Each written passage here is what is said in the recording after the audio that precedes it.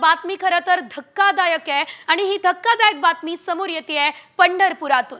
कारण शालेय पोषण आहारासाठी वापरलं जे तांदूळ जातं त्यामध्ये उंदराच्या लेंड्या आढळलेल्या आहे। सांगोला तालुक्यातली कमलापूर या ठिकाणची ही घटना आहे। ग्रामस्थांमुळे हा संपूर्ण प्रकार समोर आलेला आहे आणि या घटनेनंतर गट शिक्षणाधिकाऱ्यांनी पोषण आहाराचं गोडाऊन सील केलंय। संबंधित ठेकेदारावर गुन्हा दाखल करण्याची मागणी ग्रामस्थ आणि सामाजिक कार्यकर्त्यांकडून केली जात असल्याचं देखील बघायला मिळतंय।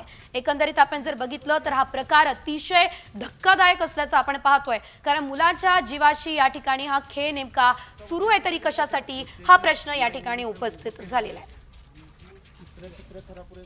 प्रकारच्या लेंड्या असलेलं तांदूळ आणि इतरत्र सर्वत्र घाणीचं साम्राज्य असलेलं आणि प्रत्यक्षात वजन मापे चुकीचं असलेलं या ठिकाणी आम्हाला निदर्शनास आलेलं आहे। आणि हा जो कोणी ठेकेदार आहे त्याला तात्काळ अटक करावी, तसेच हे गोदाम तात्काळ सील करावे आणि जे अधिकारी यामध्ये मिलीक भगत आहेत ज्यांचं अशा प्रकारच्या कारस्थानाला सहकार्य आहे त्या अधिकाऱ्यांच्यावरती गुन्हा दाखल करावा।